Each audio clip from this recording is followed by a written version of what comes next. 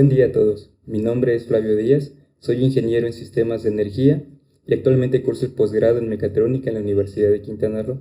El día de hoy les estaré presentando el tema titulado Potencialidad en el aprovechamiento del recurso eólico de la península de Yucatán mediante el uso de aerogeneradores de eje vertical.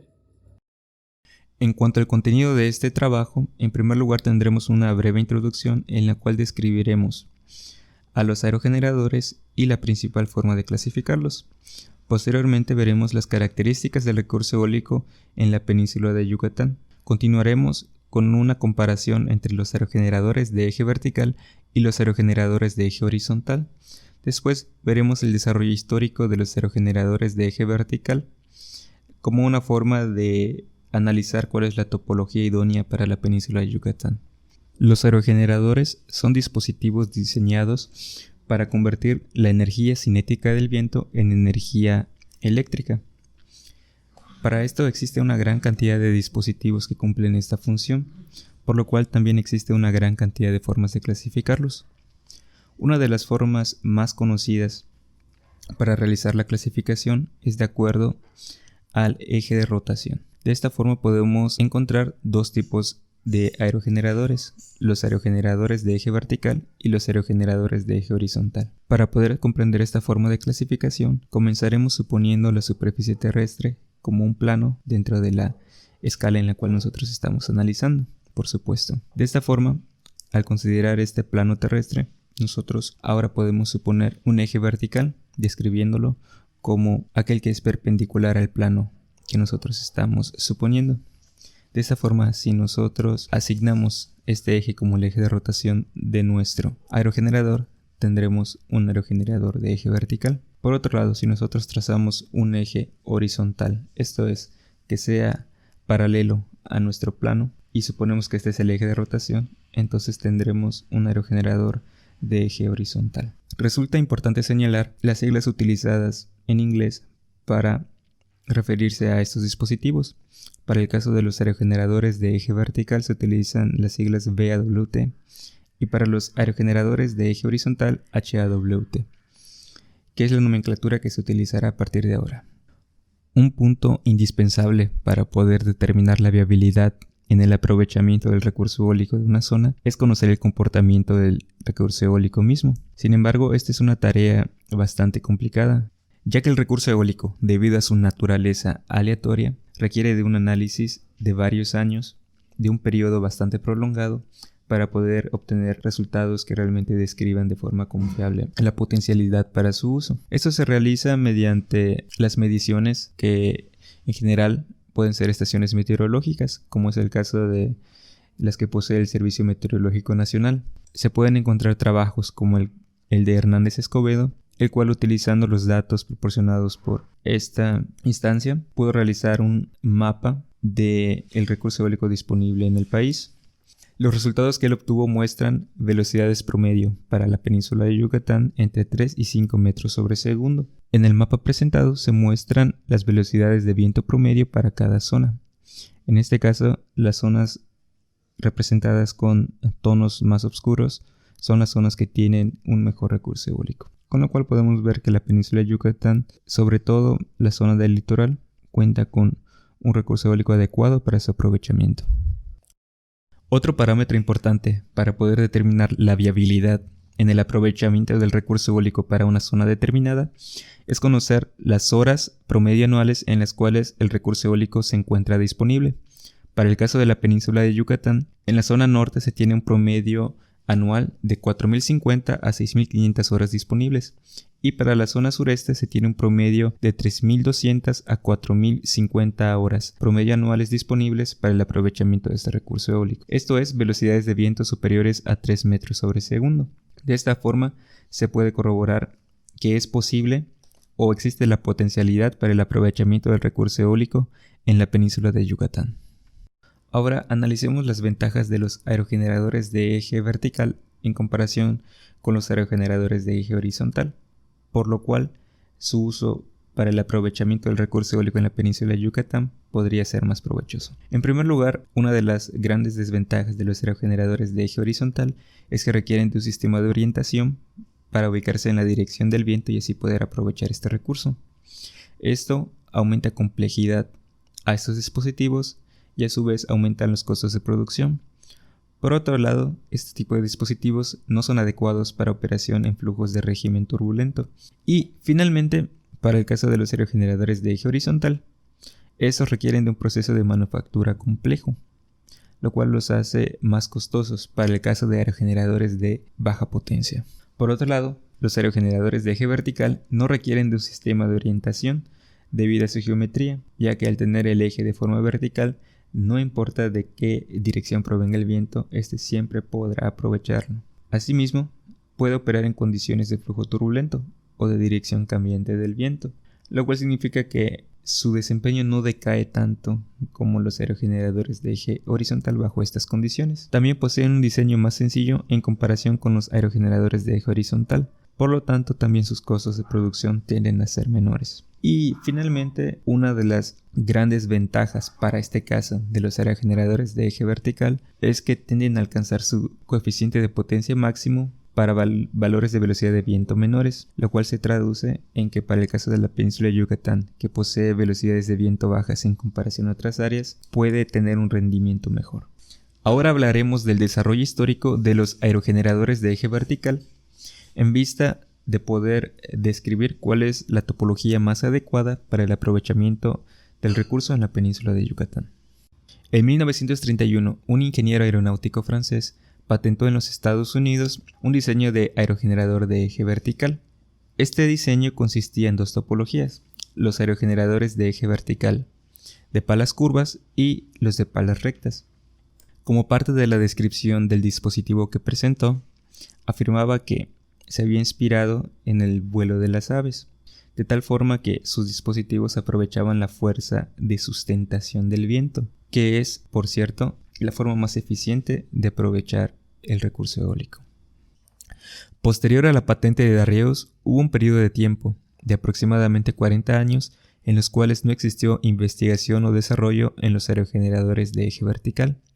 No fue sino hasta 1968 en que unos investigadores canadienses rediseñaron el aerogenerador de eje vertical de palas curvas. Este diseño tiene como principal propósito el mejoramiento estructural. Las palas curvas permiten que se puedan anexar cables de soporte en la parte superior del aerogenerador. Sin embargo, este tipo de topología reduce la eficiencia del dispositivo. De igual forma, en los 70s se desarrolló los aerogeneradores de palas rectas.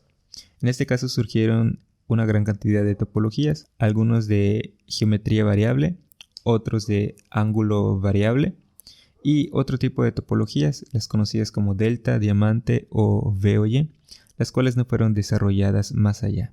Sin embargo, de la geometría variable, es posible decir que se llegó a la conclusión de que no era necesario variar la geometría para tener un control en la velocidad pico o velocidad máxima del rotor, ya que debido a la propia naturaleza del dispositivo era autorregulado. Por otro lado, el de ángulo variable probó ser el dispositivo con la mejor eficiencia de todos. Sin embargo, estos dispositivos agregan complejidad, por lo tanto se vuelven menos confiables y también más caros para su fabricación. Pasando a una época más reciente, los aerogeneradores de eje horizontal de palas curvas pasaron de diseñarse para potencias de más de 100 kW a menos de 100 kW entre los 90s y los 2000.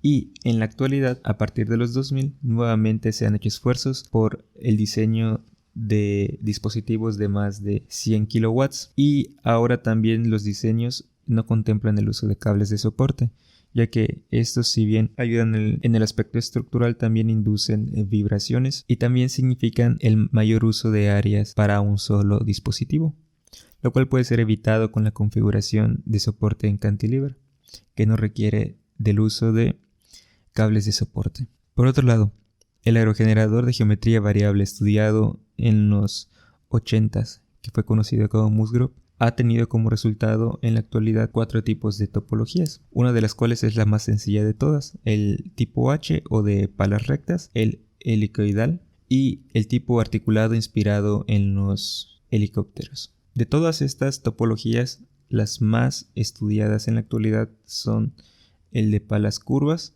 o tipo pi, el tipo H y el helicoidal o el de hélice, del cual hablaremos ahora para determinar cuál es el más adecuado para la península de Yucatán.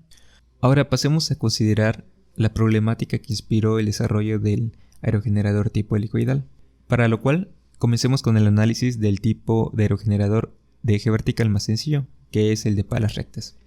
Aquí vemos en la imagen un aerogenerador de 3 álabes, y si suponemos un flujo de viento que va a incidir o interactuar con este dispositivo, podemos suponer que tal interacción con los álabes va a generar el desplazamiento o movimiento rotacional.